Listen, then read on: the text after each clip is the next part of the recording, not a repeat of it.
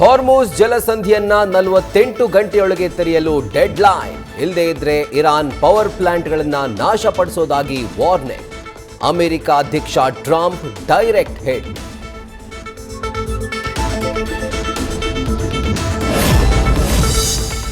ಯುದ್ಧದಿಂದ ಹಾರ್ಮುಜ್ ಜಲಸಂಧಿಯಲ್ಲಿ ಸಿಲುಕಿಕೊಂಡ ಭಾರತದ ಹಡಗುಗಳು. ಮಂಗಳೂರು ಮೂಲದ ಮರೈನ್ ಇಂಜಿನಿಯರ್ ಸಿಬ್ಬಂದಿಯು ಲಾಕ್.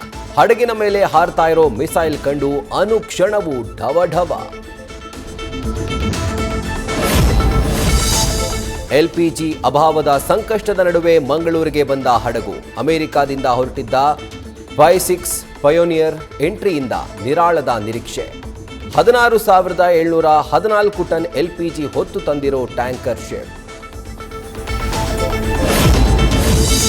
ನಿಂತಿದ್ದ ಕ್ಯಾಂಟರ್ಗೆ ಟಾಟಾ ಏಸ್ ಡಿಕ್ಕಿ. ಸ್ಥಳದಲ್ಲೇ 3 ಸಾವು. ಮೇಡಹಳ್ಳಿ ಮೇಲ್ಸೇತುವೆ ಮೇಲೆ ಭೀಕರ ಅಪಘಾತ. ಸ್ಥಳಕ್ಕೆ ಕೆಆರ್ಪುರ ಸಂಚಾರಿ ಪೊಲೀಸರು ಭೇಟಿ ನೀಡಿ ಪರಿಶೀಲನೆ.